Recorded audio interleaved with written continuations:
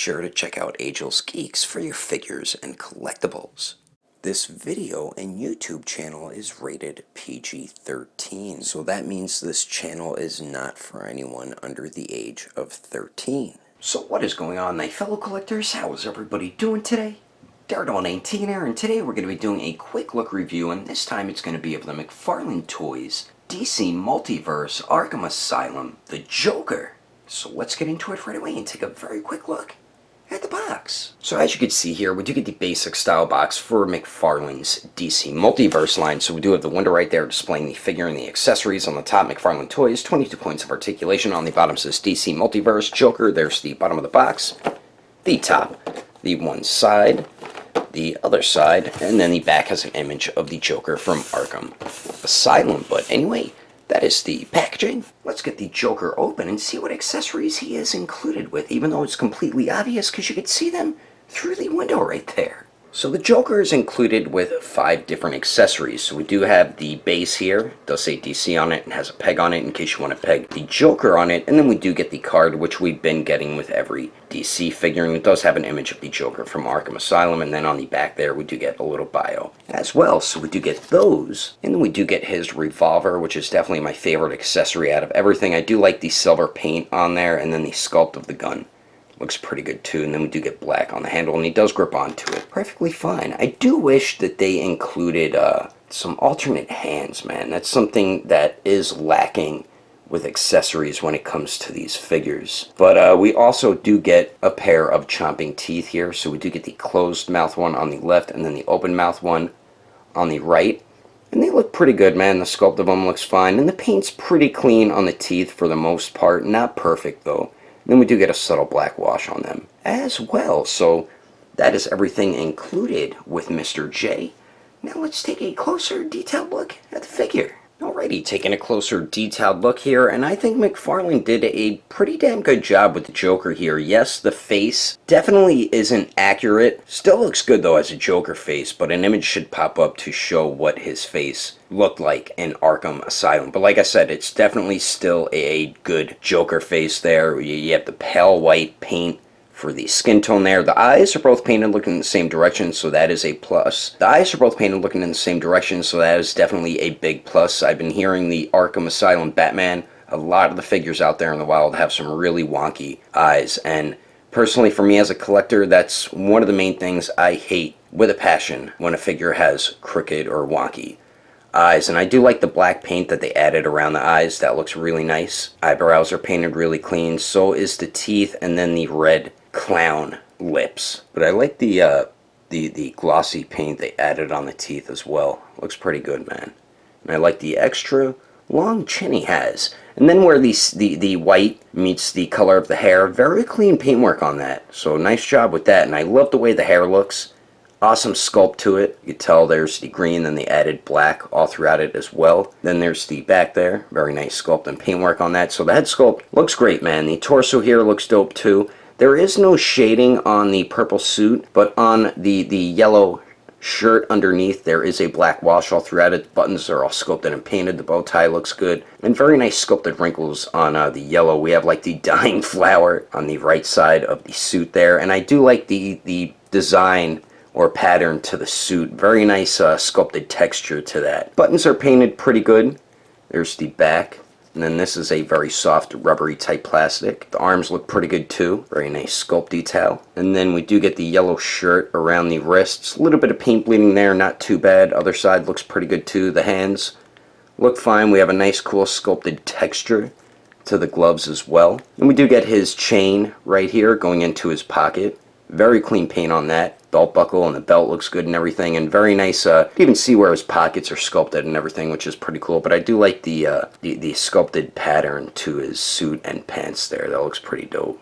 And then for some reason, this knee does not have the pattern on it. It's like they missed it. This one has it, but this one does not. I don't know if it's supposed to be like that. Maybe it is. So I'm not entirely sure. And we do get the creases in the front of the pants as well. And then I do like the sculpted wrinkles around the ankles on the pants. And then his dress or clown shoes look pretty good too. They do also have a nice sculpted texture to them. And the bottom, we do get some peg holes. So overall, the detail on this thing turned out really nice. It's very Jokery. Yeah, the face sculpt is not entirely accurate, but it does look like a Joker, or some version of the Joker. So I'm definitely more than happy with how the paint and sculpt turned out. Definitely would have liked a wash on the purple suit. I think that would have looked pretty cool. So now let's take a look at the Joker's height and some height comparisons. So now for the height of the Clown Prince of Crime. Now this is a 7-inch scale line, so keep that in mind. To the top of his head, looks like he's about 7 inches tall, and to the top of his hair, he's around 7 inches and 1/4 of an inch tall. Now let's take a look at him compared to a few figures. Alright, so here he is compared to a few other McFarlane Toys figures. So we do have the MK11 Spawn, the Hellbat suit Batman, the Unchained Armor Superman, and then we do have the Mezco 112 Collective Justice League Tactical Suit Batman with the Silver Knight Batman head sculpt there. And as you can see, the Joker does scale really well with the other McFarlane Toys DC figures and that Spawn figure as well. And if anyone was curious, that is our first prototype of the Spawn wired cape. So now let's see the Joker compared to a few other figures. And then here he is compared to a couple Harley Quinns and Jokers. So we do have the Amazing Yamaguchi Harley Quinn, the DC Collectibles Icons Harley Quinn, the Mafex 2.0 Interrogation Scene Joker, and then we do have the Mezco Toys Clown Prince of Crime Joker. And as you can see, he definitely towers over all 4 of these figures, so he definitely is a 7-inch scale figure. So there are some quick comparisons with this Joker. Now let's go over the articulation and we could wrap this video up. So now for the Joker's articulation, he does have some pretty good movement and basic type of articulation that we've been seeing with McFarlane Toys. So we do have 2 joints at the neck here. The lower neck joint doesn't really move too much. So with both joints, you can get the Joker to look up about that much. And then with both joints, looks down about that much. His extremely long chin does hinder the neck articulation from moving forward. Then you do get pretty good pivot at the upper neck. The lower neck really doesn't pivot too much. Then you do get swivel at the upper neck, and the lower neck doesn't really swivel too much either. So pretty good articulation at the upper neck there. Then we do get a point of articulation at the torso, and the torso piece is a softer rubbery type plastic, and this is the type of articulation they're thinking of adding in the Kickstarter Spawn, which I hope they do instead of just making it one solid piece, because if they make it one solid piece, that'll definitely suck. So crunching forward, he doesn't move forward a whole bunch. It looks like he can go more, but since this is a softer rubbery type plastic, it kind of moves it back into place there. And it does go back a lot, as you can see there, almost 90 degrees. And then you get excellent pivot out of that joint. That is great pivot there, and then it does swivel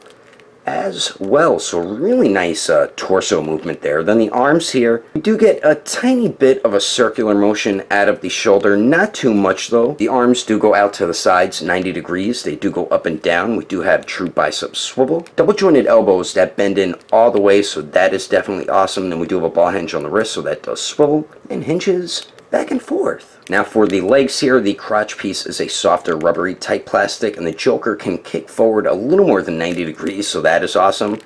Goes to the back a lot as well. Let's see if he can Jean-Claude Van Damme it, and he definitely can. So really nice leg movement with the Joker, but there is pretty much no hip swivel there, which is a bit disappointing. We do have double jointed knees that do bend back all the way. Then the ankles here, they do swivel. They hinge up just a tiny bit, hinge down pretty well. And then we do get a little bit of an ankle pivot there. And then we do have a toe hinge that completely breaks the Joker's foot. But anyway, that is my quick look review at the McFarlane Toys Arkham Asylum Joker.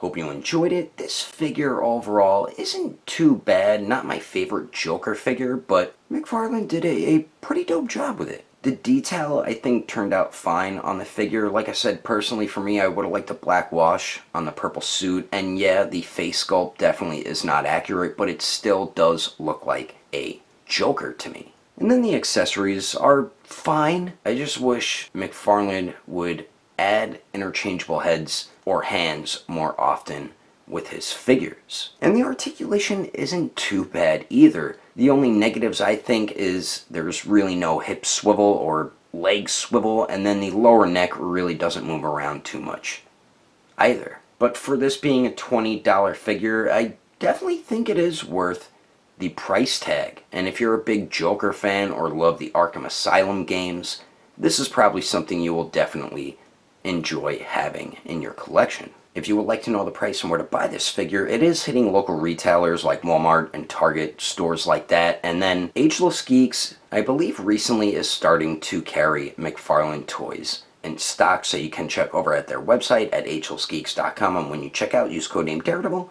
and you will get yourself a little bit of a discount if you can't find something on their website. I do highly recommend going through their Instagram or their Facebook page. I will put more information in the description below. And if you would like to support the channel, don't forget to subscribe and click that notification bell. And if you liked it, feel free to give it a thumbs up. If you didn't like it, oh well, I guess you didn't like it. But thanks for watching. I will see you later.